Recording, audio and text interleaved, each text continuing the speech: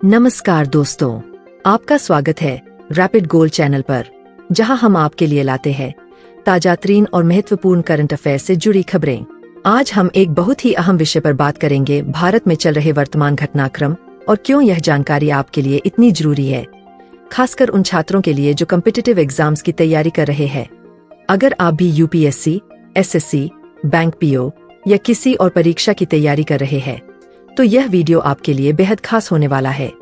हम आपको बताएंगे कि क्यों करंट अफेयर्स के विषय से जुड़े ये न्यूज सेगमेंट्स आपको सही दिशा में तैयारी करने में मदद कर सकते हैं। तो इस वीडियो को ध्यान से देखिए और अगर आपको पसंद आए तो हमारे चैनल रैपिड गोल को सब्सक्राइब करना न भूलें। अब सीधे मुद्दे पर आते हैं। माह अक्टूबर के अंतिम सप्ताह में ओडिशा के भितरकनिका राष्ट्रीय उद्यान और धामरा बंदरगाह के निकट चक्रवात दाना के आने से चक्रवात के प्रभाव को कम करने में मैंग्रोव वनों की महत्वपूर्ण भूमिका देखी गई।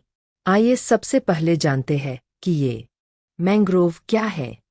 मैंग्रोव वे खास तरह के पेड़ और झाड़ियां हैं जो खारे पानी, जैसे समुद्र के किनारे या नदी के मुहाने में उगते हैं।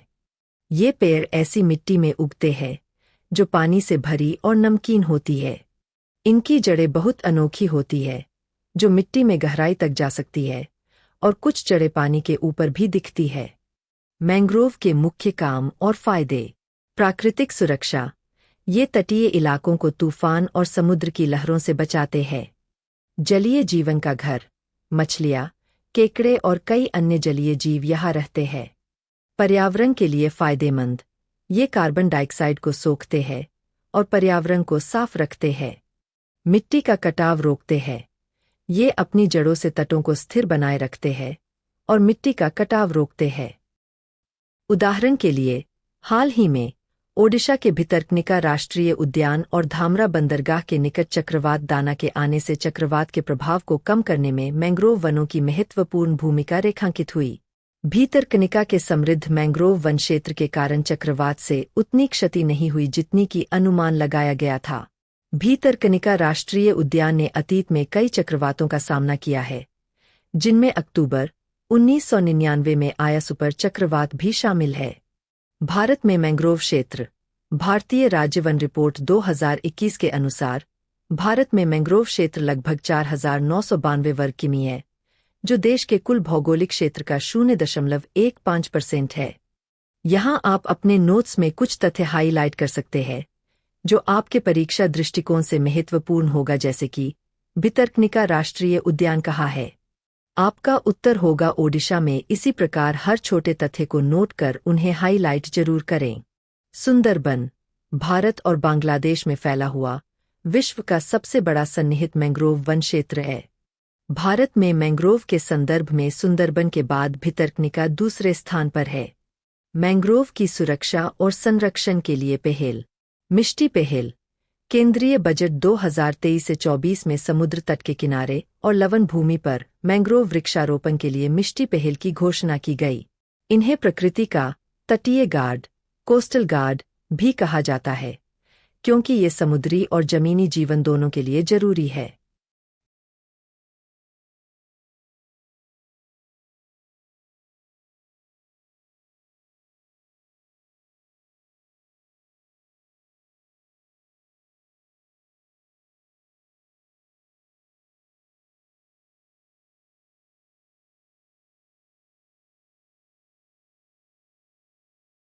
चलिए अब बढ़ते हैं अगले टॉपिक की ओर, जो कि इस माह नवंबर में सुर्खियों में रहा और आपकी परीक्षा के दृष्टिकोण से महत्वपूर्ण भी था। हाल ही में विश्व मौसम विज्ञान संगठन WMO अर्थात वर्ल्ड मीटियोरोलॉजिकल ऑर्गेनाइजेशन, जिसने वर्ष 2023 के लिए अपना वार्षिक green house gas GHG bulletin जारी किया। सबसे पहले जानते हैं कि ग्रीन हाउस गैस GHG क्या है।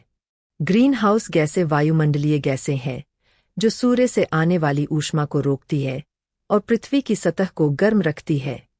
हालांकि जीवाश्म ईंधन जलाने, निर्वनीकरण तथा औद्योगिक प्रक्रियाओं जैसी मानवीय गतिविधियों ने इन गैसों की सांद्रता में उल्लेखनीय वृद्धि की है, जिससे ग्रीन हाउस प्रभाव बढ़ रहा है और ग्लोबल वार्मिंग व उसके बाद जलवायु में परिवर्तन हो रहा है।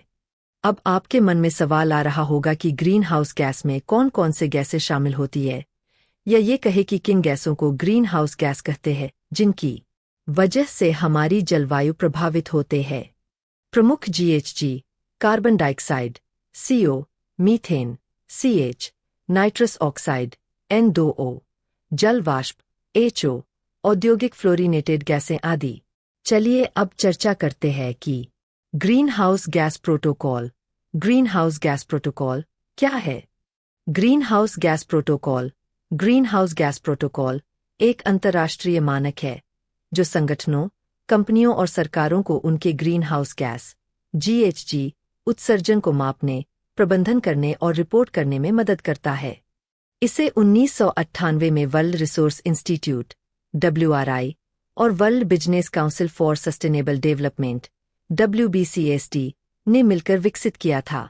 GHG प्रोटोकॉल इस प्रकार के उत्सर्जन को 3 श्रेणियों में बांटता है। 1. प्रत्यक्ष उत्सर्जन, जैसे वाहनों या फैक्ट्रियों से उत्सर्जन। 2. अप्रत्यक्ष उत्सर्जन, जैसे बिजली उत्पादन से उत्सर्जन। 3.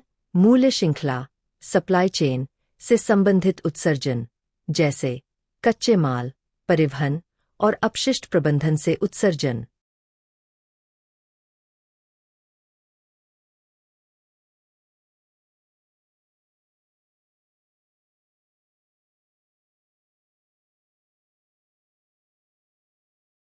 चलिए अब इसकी प्रासंगिकता क्या है, ये जान लेते हैं। इसे निजी और सार्वजनिक क्षेत्र की संस्थाओं द्वारा अपनाया गया है। यह कंपनियों को अपने कार्बन फुटप्रिंट को कम करने के प्रयासों में पारदर्शिता और जिम्मेदारी सुनिश्चित करने में मदद करता है। महत्व: यह संगठनों को पेरिस समझौते जैसे अंतर्राष्ट्रीय जलवायु लक्ष्यों के अनुरूप काम करने में मदद करता है।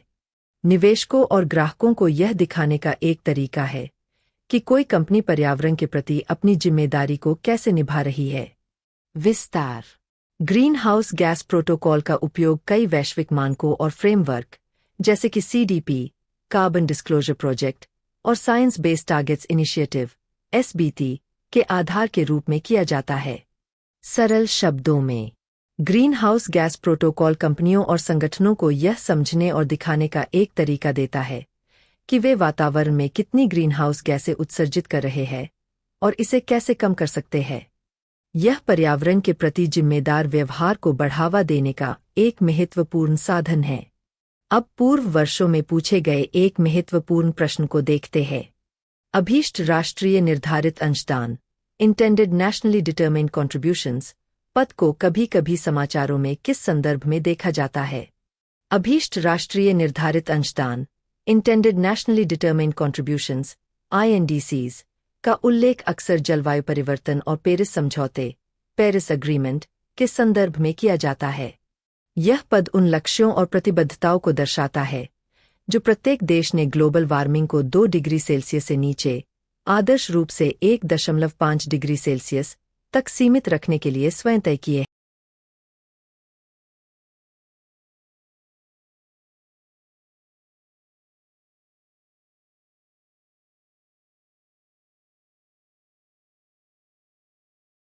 है। INDCs का मुख्य संदर्भ: पेरिस समझौता 2015 उदास स्माइली। पेरिस समझौते के तहत देशों को यह बताना था कि वे जलवायु परिवर्तन के खिलाफ क्या कदम उठाएंगे। INDCs उन कार्यों और लक्ष्यों का प्रारंभिक प्रारूप था जिसे बाद में NDCs नेशनली डिटरमाइंड कॉन्ट्रीब्यूशंस में परिवर्तित किया गया। घरेलू स्तर पर तय लक्ष्य: हर देश ने अपनी विकास आवश्यकताओं, आर्थिक स्थिति और संसाधनों के आधार पर ग्रीन हाउस गैस उत्सर्जन को कम करने के लिए स्वयं की प्रतिबद्धताएं तय कीं। क्षेत्रीय और वैश्विक महत्व: INDCs का उद्देश्य राष्ट्रीय प्रयासों को एक वैश्विक ढांचे में शामिल करना है ताकि सभी देशों के समन्वित प्रयासों से जलवायु परिवर्तन के प्रभावों को कम किया जा सके। ये उत्सर्जन कम करने के साथ साथ नवीकरणीय ऊर्जा, वन संरक्षण और जलवायु अनुकूलन जैसे क्षेत्रों पर ध्यान केंद्रित करते हैं। INDCs से संबंधित महत्वपूर्ण बिंदु: कार्बन उत्सर्जन घटाने के लक्ष्य: हर देश ने अपने INDCs में यह बताया कि वह कितनी मात्रा में ग्रीन हाउस गैस उत्सर्जन घटाएगा और किन क्षेत्रों में काम करेगा। उदाहरण के लिए जैसे कि भारत ने अपने आईएनडीसीज में नवीकरणीय ऊर्जा उत्पादन बढ़ाने और 2030 तक कार्बन उत्सर्जन की तीव्रता को 33 से 35% तक कम करने की प्रतिबद्धता जताई। कई देशों ने जलवायु परिवर्तन के प्रभावों से निपटने के लिए अनुकूलन, एडेप्टेशन और विकसित देशों से वित्तीय सहायता, क्लाइमेट फिनांस की जरूरत को भी आईएनडीसीज में शामिल किया। स्वैच्छिक और अद्यतन करने योग्य। आईएनडीसीज स्वैच्छिक है और देशों को समय समय पर इन्हें अद्यतन करने की अनुमति है।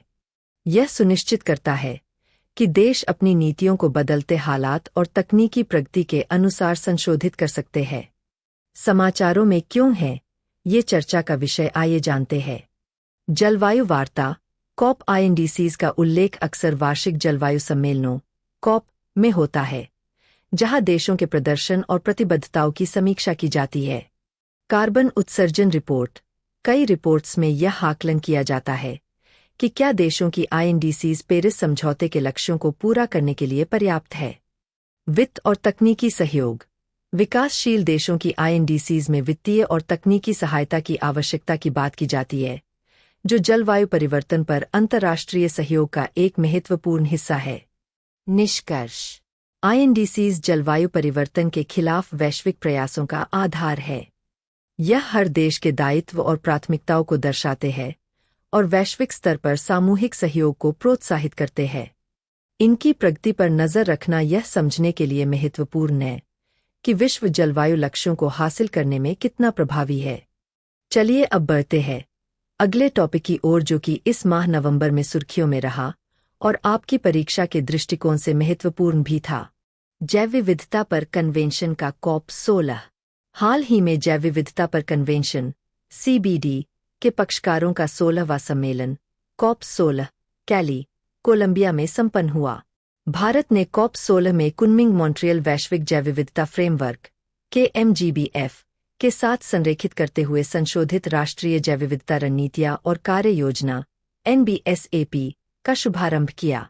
जैव विविधता पर कन्वेंशन के पक्षकारों के 16वें सम्मेलन कॉप 16 ने वैश्विक जैव विविधता प्रयासों में महत्वपूर्ण प्रगति को चिह्नित किया, विशेष रूप से कैली फंड की स्थापना, संशोधित राष्ट्रीय जैव विविधता रणनीति और कार्य योजनाओं तथा कुनमिंग मॉन्ट्रियल वैश्विक जैव विविधता फ्रेमवर्क के प्रति प्रतिबद्धता के माध्यम से, जिसमें समान संसाधन साझाकरण एवं सतत प्रथाओं पर जोर दिया गया। कॉप 16 से CBD तक के मुख्य बिंदु। कॉप कॉन्फ्रेंस ऑफ पार्टीज और CBD convention on biological diversity जलवायु परिवर्तन और जैव विविधता संरक्षण के अंतर्राष्ट्रीय प्रयासों का हिस्सा है। कॉप 16 संयुक्त राष्ट्र जलवायु परिवर्तन फ्रेमवर्क सम्मेलन (UNFC) के 16वें सम्मेलन को संदर्भित करता है। CBD यानी जैव विविधता पर सम्मेलन पर्यावरण संरक्षण का एक अन्य महत्वपूर्ण समझौता है। कॉप 16 से CBD के बीच सामंजस्य और मुख्य विकास। एक, जैव विविधता संरक्षण और जलवायु परिवर्तन का आपसी संबंध।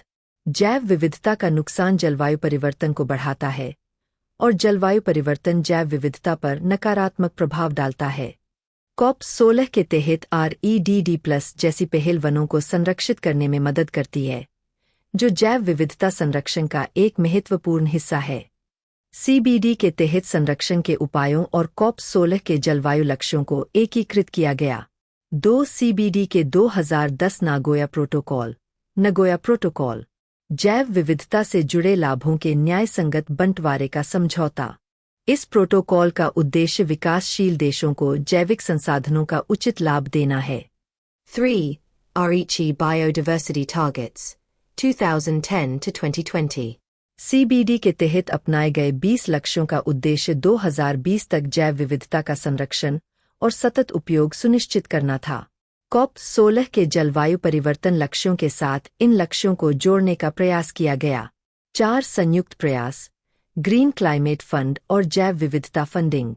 कॉप 16 के तहत स्थापित ग्रीन क्लाइमेट फंड ने विकासशील देशों में जैव विविधता संरक्षण परियोजनाओं को भी वित्त पोषण प्रदान किया। CBD ने भी इन परियोजनाओं को लागू करने के लिए समानांतर काम किया। 5. अनुकूलन रणनीतियां। जलवायु परिवर्तन के कारण जैव विविधता पर पड़ने वाले प्रभावों से निपटने के लिए कॉप 16 और CBD ने अनुकूलन रणनीतियों पर जोर दिया। उदाहरण: आर्द्र भूमि और मैंग्रोव जैसी पारिस्थितिकीय प्रणालियों का संरक्षण, जो जलवायु परिवर्तन को रोकने और जैव विविधता को बनाए रखने में सहायक है। निष्कर्ष: COP16 और CBD दोनों ने पर्यावरण संरक्षण और जलवायु परिवर्तन के प्रभावों को कम करने में अहम भूमिका निभाई है। दोनों के बीच सामंजस्य ने यह सुनिश्चित किया है कि जलवायु कार्रवाई और जैव विविधता संरक्षण को एक साथ प्रोत्साहित किया जाए। हालांकि वित्त पोषण, तकनीकी सहयोग और वैश्विक एकजुटता की आवश्यकता अभी भी बनी हुई है। आने वाले समय में इन समझौतों को और प्रभावी बनाकर पृथ्वी के पारिस्थितिक संतुलन को बनाए रखना संभव है। चलिए अब बढ़ते हैं अगले टॉपिक की ओर, जो कि इस माह नवंबर में सुर्खियों में रहा और आपकी परीक्षा के दृष्टिकोण से महत्वपूर्ण भी था। भारत अल्जीरिया रक्षा सहयोग समझौता ज्ञापन। हाल ही में भारत के chief of defence staff CDS ने अल्जीरिया का दौरा किया, जिसके परिणामस्वरूप भारत और अल्जीरिया के बीच रक्षा सहयोग पर एक महत्वपूर्ण समझौता ज्ञापन MOU संपन्न हुआ। इस समझौते का उद्देश्य दोनों देशों के बीच सामरिक हितों और सैन्य संबंधों को मजबूत करना है। सामरिक सहयोग: भारत द्वारा अल्जीरिया में अपनी रक्षा शाखा डिफेंस विंग को पुनः स्थापित किया गया तथा अल्जीरिया को भारत में अपनी रक्षा शाखा स्थापित करने के लिए प्रोत्साहित किया। विश्व बंधु या वैश्विक साझेदार के रूप में भारत की भूमिका पर जोर देते हुए CDS द्वारा रक्षा अनुभव और विशेषज्ञता साझा करने के लिए भारत की तत्परता पर प्रकाश डाला। एकीकृत रक्षा वक्तव्य: एकीकृत रक्षा स्टाफ द्वारा समझौता ज्ञापन के आपसी समझ को मजबूत करने तथा विभिन्न क्षेत्रों में दीर्घकालिक सहयोग की नींव रखने पर जोर दिया गया। चर्चा में मेक इन इंडिया और मेक फॉर द वर्ल्ड के तहत रक्षा विनिर्माण में भारत की प्रगति शामिल थी, जिससे अल्जीरिया को सहयोग के लिए संभावित अवसर मिले। अल्जीरिया भारत के लिए क्यों महत्वपूर्ण है? सामरिक साझेदारी: माघरेब में अल्जीरिया की सामरिक स्थिति और गुटनिरपेक्ष आंदोलन में भारत के साथ इसका ऐतिहासिक संरेखन बहुआयामी साझेदारी के लिए एक ठोस आधार प्रदान करता है, जिससे दोनों राष्ट्र आपसी हित के अंतर्राष्ट्रीय मुद्दों पर सहयोग कर सकते हैं। ऊर्जा सुरक्षा: अल्जीरिया के पास विशाल हाइड्रोकार्बन भंडार होने के कारण भारत अपने ऊर्जा स्रोतों में विविधता ला सकता है तथा एक क्षेत्र पर निर्भरता कम कर सकता है, जिससे उसकी ऊर्जा सुरक्षा बढ़ेगी, साथ ही ऊर्जा आयात में स्थिरता देखने को मिलेगी। आर्थिक सहयोग: अल्जीरिया में हाल ही में हुए आर्थिक सुधार, जिनमें प्रतिबंधात्मक निवेश नियमों को वापस लेना भी शामिल है, भारत के लिए व्यापार में शामिल होने, बुनियादी ढांचा परियोजनाओं में निवेश करने तथा क्षमता विकास को बढ़ावा देने के महत्वपूर्ण अवसर प्रस्तुत करते हैं, जिससे दोनों अर्थव्यवस्थाओं को लाभ होगा। स्वास्थ्य सेवा सहयोग: भारत का उन्नत फार्मास्यूटिकल उद्योग अल्जीरिया की स्वास्थ्य सेवा प्रणाली को समर्थन देने, चिकित्सा पर्यटन को बढ़ावा देने और टेलीमेडिसिन कार्यक्रमों को लागू करने में महत्वपूर्ण भूमिका निभा सकता है, जो अल्जीरियाई स्वास्थ्य सेवा कार्यकर्ताओं की क्षमताओं को बढ़ाते हैं।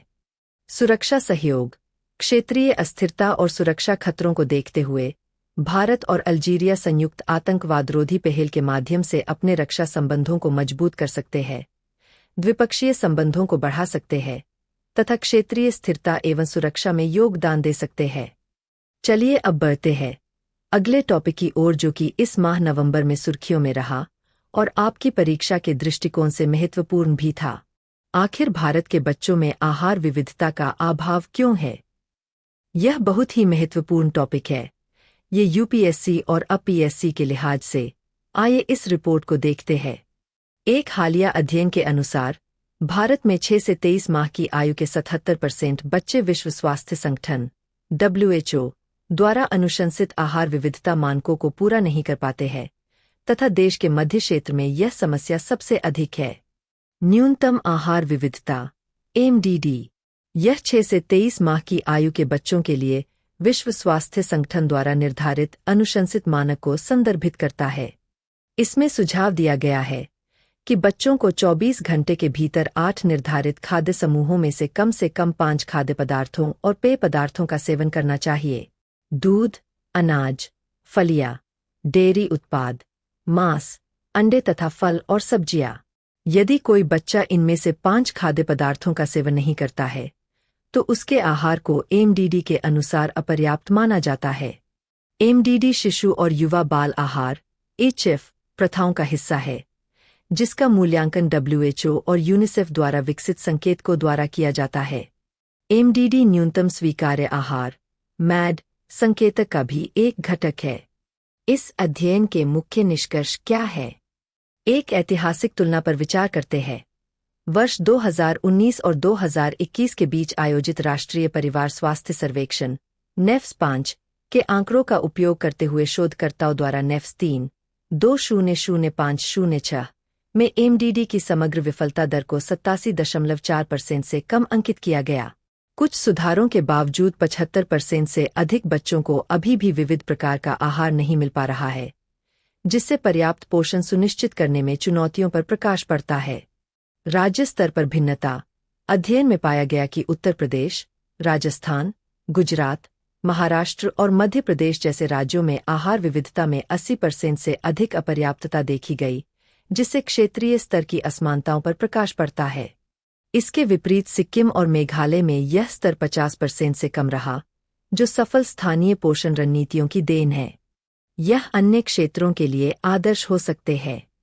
विश्व स्वास्थ्य संगठन के आहार विविधता मानकों की स्थिति। इस अध्ययन के अनुसार वैश्विक बाल मृत्यु के लगभग 35% और कुल रोग भार के 11% हेतु अपर्याप्त पोषण उत्तरदायी है।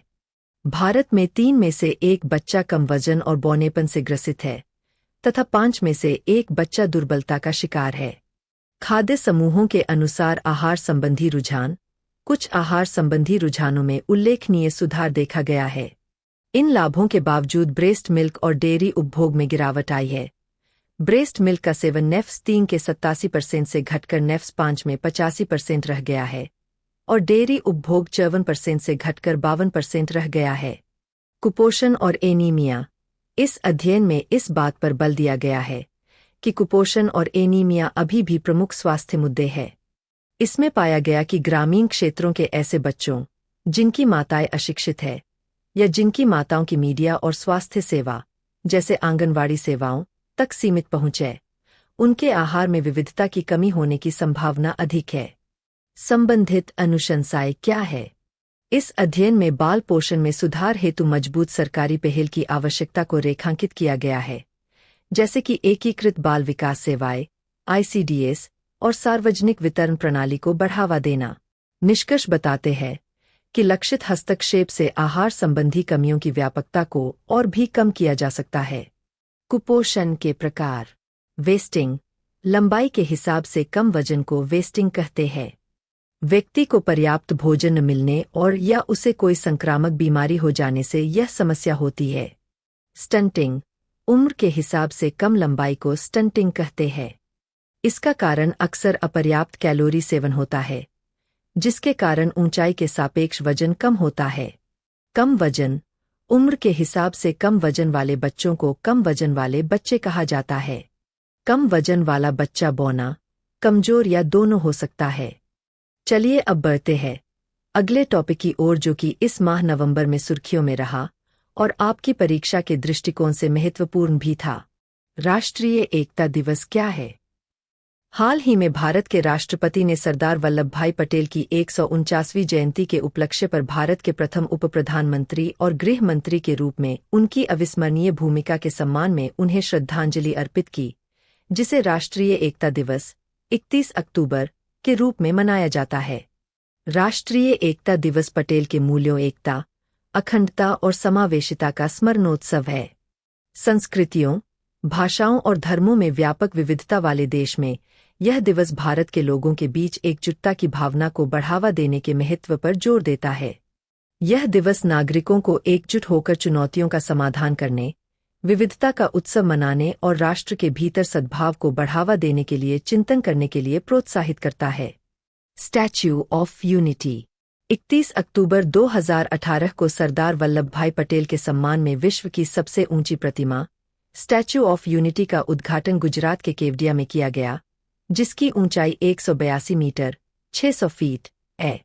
नर्मदा नदी और सरदार सरोवर बांध, कंक्रीट की मात्रा की दृष्टि से विश्व का दूसरा सबसे बड़ा भाराश्रित बांध, के सामने यह प्रतिमा साधु बेट द्वीप पर स्थित है। वर्ष 2020 में भारत की स्टैच्यू ऑफ यूनिटी को शंघाई सहयोग संगठन ACO के 8 अजूबों की सूची में शामिल किया गया था। आइए अब सरदार वल्लभ भाई पटेल का आधुनिक भारत के इतिहास में या ये कहे कि स्वतंत्रता आंदोलन में योगदान पर नजर डालते हैं। राष्ट्रीय आंदोलन में सहभागिता। पटेल महात्मा गांधी से प्रेरित होकर स्वतंत्रता संग्राम में शामिल हुए। खेड़ा सत्याग्रह 1918 उदास स्माइली। उन्होंने सूखे के कारण खराब फसल से प्रभावित किसानों के लिए कर छूट की मांग करते हुए खेड़ा सत्याग्रह में महत्वपूर्ण भूमिका निभाई। बारदोली सत्याग्रह 1928 उदास स्माइली बारदोली सत्याग्रह के दौरान अनुचित कर वृद्धि के विरुद्ध विरोध प्रदर्शन किया, जिसके कारण उन्हें इस नेतृत्व के लिए सरदार की उपाधि प्रदान की गई। भारतीय राष्ट्रीय आंदोलन में भूमिका। असहयोग और सविनय अवज्ञा। गांधीजी के दृष्टिकोण से प्रेरित होकर वर्ष 1930 में नमक सत्याग्रह जैसे आंदोलनों का नेतृत्व किया और इसमें शामिल होने के कारण उन्हें अनेक बार कारावास का दंड दिया गया। कांग्रेस की अध्यक्षता। वर्ष 1931 में कांग्रेस के 46वें अधिवेशन की अध्यक्षता की, जिसमें गांधी-इरविन समझौते पर चर्चा हुई। भारत छोड़ो आंदोलन 1942 उदास स्माइली। भारत के स्वतंत्रता संग्राम के इस प्रमुख चरण के दौरान पटेल को गिरफ्तार कर कारावास का दंड दिया गया। स्वतंत्रता पश्चात योगदान। रियासतों का एकीकरण। 562 रियासतों को भारतीय संघ में एकीकृत करने में अग्रणी भूमिका निभाई, जिससे लाखों लोगों के लिए स्थिरता और लोकतंत्र सुनिश्चित हुआ। भारतीय स्वतंत्रता अधिनियम 1947 ने रियासतों को स्वतंत्रता की घोषणा करने की अनुमति दी। भारत की सिविल सेवाओं का सुदृढ़ीकरण। पटेल ने आधुनिक अखिल भारतीय सेवाओं की स्थापना करने और देश के प्रशासनिक ढांचे को सुदृढ़ करने में महत्वपूर्ण भूमिका निभाई। नौकरशाही प्रणाली को सुदृढ़ बनाने में उनके योगदान के लिए उन्हें भारत के सिविल सेवकों के संरक्षक संत की संज्ञा दी जाती है। राष्ट्रीय सिविल सेवा दिवस 21 अप्रैल सरदार पटेल के 1947 के भाषण का सम्मान करता है, जिसमें उन्होंने सिविल सेवकों को भारत का इस्पाती ढांचा कहा था तथा लोक सेवा के प्रति उनके समर्पण को सुदृढ़ किया था। अध्यक्षता और समिति कार्य। संविधान सभा में मौलिक अधिकार, अल्पसंख्यक तथा जनजातीय एवं अपवर्जित क्षेत्रों पर सलाहकार समिति की अध्यक्षता की। चलिए अब बढ़ते हैं अगले टॉपिक की ओर, जो कि इस माह नवंबर में सुर्खियों में रहा और आपकी परीक्षा के दृष्टिकोण से महत्वपूर्ण भी था। नभमित्र एप्लीकेशन क्या है, आइए इसके बारे में जानते हैं। हाल ही में नभमित्र एप्लीकेशन ने वेसल कम्युनिकेशन और सपोर्ट सिस्टम का उपयोग करके चक्रवात दाना के दौरान समुद्र में मछुआरों की सहायता की। नभमित्र जहाज की स्थिति, मार्ग और गति की वास्तविक समय में निगरानी करने की सुविधा प्रदान करता है, जिससे चक्रवात जैसी प्रतिकूल मौसम परिस्थितियों के दौरान मछुआरों को सुरक्षित रूप से तट पर लौटने में सहायता मिलती है। यह मत्स्य पालन, पशुपालन और डेयरी मंत्रालय की एक पहल है, जिसमें स्वदेशी ट्रांसपोंडर प्रौद्योगिकी का उपयोग किया गया है। यह दोतरफा संचार को सक्षम बनाता है, जो मोबाइल कवरेज रेंज से परे इस तकनीक के आने से पहले संभव नहीं था। इसे भारतीय अंतरिक्ष अनुसंधान संगठन इसरो द्वारा विकसित किया गया है और इसका क्रियान्वयन इसरो की वाणिज्यिक शाखा new space India limited NSIL के माध्यम द्वारा किया जा रहा है। परंपरागत रूप से अधिकारी जहाजों से संपर्क करने के लिए अति उच्च आवृत्ति रेडियो तरंगों और फोन कॉल पर निर्भर थे, लेकिन मोबाइल नेटवर्क की अनुपस्थिति के कारण दूर के जल में मछली पकड़ने वाली नौकाओं का पता लगाना मुश्किल था। चलिए अब बढ़ते हैं अगले टॉपिक की ओर, जो कि इस माह नवंबर में सुर्खियों में रहा और आपकी परीक्षा के दृष्टिकोण से महत्वपूर्ण भी था। बैलोन डियोर पुरस्कार 2024 क्या है, आइए इसके बारे में जानते हैं। स्पेनिश फुटबॉल खिलाड़ी रोड्री और एताना बोनमाटी ने क्रमशः सर्वश्रेष्ठ पुरुष और महिला फुटबॉल खिलाड़ी के लिए बैलोन डियोर पुरस्कार 2024 जीता। मैनचेस्टर सिटी के रोड्री ने अपना पहला बैलोन डियोर जीता और 1960 के बाद से पुरुषों का यह पुरस्कार जीतने वाले पहले स्पेनिश खिलाड़ी बन गए, जबकि F.C. बार्सिलोना की एताना बोनमाटी ने महिला फुटबॉल में अपना बैलोन डियोर खिताब बनाए रखा। लियोनेल मेसी के नाम सबसे अधिक बार बैलोन डियोर पुरस्कार जीतने का रिकॉर्ड है, उन्होंने इसे 8 बार जीता है। क्रिस्टियानो रोनाल्डो ने 5 बार प्रतिष्ठित सर्वश्रेष्ठ फुटबॉलर का पुरस्कार जीता है। अन्य पुरस्कार। वर्ष का सर्वश्रेष्ठ पुरुष क्लब रियल मैड्रिड। महिला club of the year F.C. Barcelona. Ballon Dior एक वार्षिक फुटबॉल पुरस्कार है, जो 1956 से फ्रांस फुटबॉल पत्रिका द्वारा पिछले सत्र के सर्वश्रेष्ठ प्रदर्शन करने वाले खिलाड़ी को सम्मानित करने के लिए दिया जाता है। चलिए अब बढ़ते हैं अगले टॉपिक की ओर, जो कि इस माह नवंबर में सुर्खियों में रहा और आपकी परीक्षा के दृष्टिकोण से महत्वपूर्ण भी था। भारत का पहला बायोमैन्युफैक्चरिंग इंस्टीट्यूट कहाँ खोला गया? मोहाली में भारत के पहले biomanufacturing institute, national agri food biomanufacturing institute BRIC NABI का उद्घाटन किया गया। ब्रिकनबी का परिचय। कृषि तकनीक नवाचारों में सुधार करने के उद्देश्य से जैव प्रौद्योगिकी और जैव प्रसंस्करण की दक्षता का संयोजन करते हुए इस संस्थान का गठन राष्ट्रीय कृषि खाद्य जैव प्रौद्योगिकी संस्थान नबी तथा नवोन्मेषी एवं अनुप्रयुक्त जैव प्रसंस्करण केंद्र च्याब का संविलय करके किया गया है। इसका उद्देश्य उन्नत जैव प्रौद्योगिकी के माध्यम से भारत के कृषि खाद्य क्षेत्र को बढ़ावा देना, सतत पद्धतियों का समर्थन करने के लिए उच्च उपज वाली फसलों, रोग प्रतिरोधी फसलों, जैव उर्वरकों एवं जैव पीड़कनाशी के लिए कृषि अनुसंधान एवं विकास को बढ़ाना है। बायोनेस्ट इनक्यूबेशन सेंटर का शुभारंभ। यह केंद्र कृषि खाद्य स्टार्टअप्स को सहायता प्रदान करेगा एवं अनुसंधान व उद्योग का सेतुबंधन करते हुए स्थानीय युवाओं, महिलाओं व किसानों का सशक्तिकरण करेगा। बायो-ई-3 नीति। इस नीति के अंतर्गत बायो-ई-3 नीति के पर्यावरण अनुकूल लक्ष्यों के अनुरूप कृषि, खाद्य, औषध और ऊर्जा क्षेत्रों में बायोमैन्युफैक्चरिंग अनुप्रयोगों का अन्वेषण किया जाएगा। उच्च प्रभाव वाली विज्ञान रणनीति के प्रति प्रशासन की प्रतिबद्धता को प्रदर्शित करते हुए बायो-ई-3 नीति आर्थिक विकास, रोजगार सृजन और पर्यावरण संरक्षण में जैव प्रौद्योगिकी की भूमिका पर प्रकाश डालती है। विज्ञान संचालित अर्थव्यवस्था। ब्रिकनबी की स्थापना बायोमैन्युफैक्चरिंग पर केंद्रित विज्ञान संचालित अर्थव्यवस्था की दिशा में एक बड़ा कदम है। यह भारत को सतत विकास और ज्ञान आधारित उद्योगों में वैश्विक अग्रणी के रूप में स्थापित करने में सहायक है। चलिए अब बढ़ते हैं अगले टॉपिक की ओर, जो कि इस माह नवंबर में सुर्खियों में रहा और आपकी परीक्षा के दृष्टिकोण से महत्वपूर्ण भी था। एशिया प्रशांत जलवायु रिपोर्ट 2024। एशियाई विकास बैंक ADB ने एशिया प्रशांत APEC जलवायु रिपोर्ट 2024 जारी की, जिसमें एशिया प्रशांत क्षेत्र पर जलवायु परिवर्तन के गंभीर आर्थिक प्रभावों पर प्रकाश डाला गया। एशिया प्रशांत जलवायु रिपोर्ट 2024 की मुख्य विशेषताएं क्या है? जलवायु परिवर्तन के आर्थिक प्रभाव। उच्च ग्रीनहाउस गैस उत्सर्जन के तहत एशिया प्रशांत क्षेत्र में वर्ष 2070 तक सकल घरेलू उत्पाद GDP में 17% की कमी देखी जा सकती है। उच्च GHG उत्सर्जन के तहत वर्ष 2100 तक यह आंकड़ा 41% तक बढ़ सकता है। भारत में वर्ष 2070 तक GDP में 24.7% की गिरावट आ सकती है। बांग्लादेश में संभावित 30.5% की गिरावट है, जबकि वियतनाम में 30.2% की कमी और इंडोनेशिया में 26.8% की गिरावट देखी जा सकती है। आर्थिक घाटे के मुख्य कारण। समुद्र स्तर में वृद्धि। वर्ष 2070 तक समुद्र स्तर में वृद्धि के कारण 300 मिलियन लोगों को तटीय बाढ़ से खतरा होगा।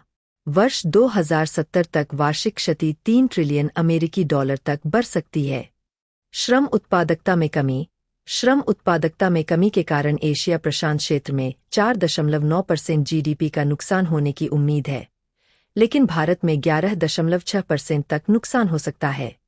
शीतलन की मांग। बढ़ते तापमान से क्षेत्रीय GDP में 3.3% की कमी आ सकती है, जबकि भारत के GDP में शीतलन आवश्यकताओं के कारण 5.1% की तीव्र गिरावट आ सकती है। प्राकृतिक आपदाओं पर जलवायु परिवर्तन का प्रभाव। नदी में बाढ़। वर्ष 2070 तक वार्षिक नदी बाढ़ से एशिया प्रशांत क्षेत्र में $1.3 ट्रिलियन का नुकसान हो सकता है, जिससे 110 मिलियन से अधिक लोग प्रभावित होंगे। भारत के अनुमानित नुकसान में $400 बिलियन से अधिक की आवासीय क्षति और $700 बिलियन से अधिक की वाणिज्यिक क्षति शामिल है। तूफान और वर्षा। उष्णकटिबंधीय तूफानों तथा वर्षा की तीव्रता में वृद्धि से बाढ़ एवं भूस्खलन की स्थिति खराब होने की आशंका है, विशेषकर भारत चीन सीमा जैसे पहाड़ी क्षेत्रों में, जहां गंभीर गर्मी के कारण भूस्खलन में 30 से 70% की वृद्धि हो सकती है। वनों और पारिस्थितिकी तंत्रों के लिए निहितार्थ। अनुमान है कि उच्च उत्सर्जन परिदृश्यों के तहत जलवायु परिवर्तन के कारण वर्ष 2070 तक एशिया प्रशांत क्षेत्र में वन उत्पादकता में 10 से 30% की कमी आएगी।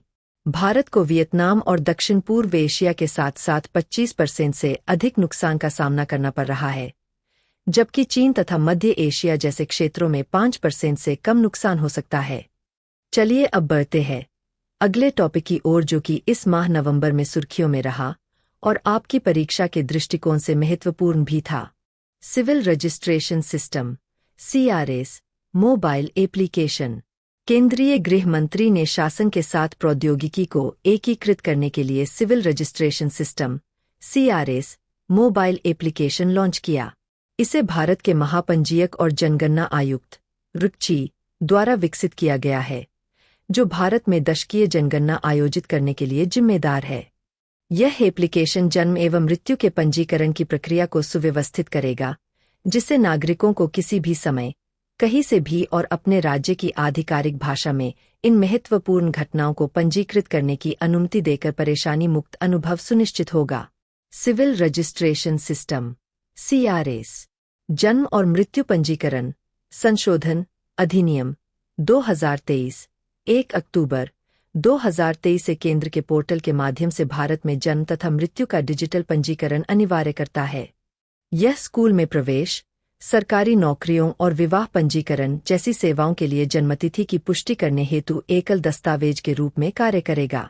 एक केंद्रीकृत डेटाबेस राष्ट्रीय जनसंख्या रजिस्टर (NPR), राशन कार्ड, संपत्ति पंजीकरण और मतदाता सूची को अपडेट करने में सहायता करेगा।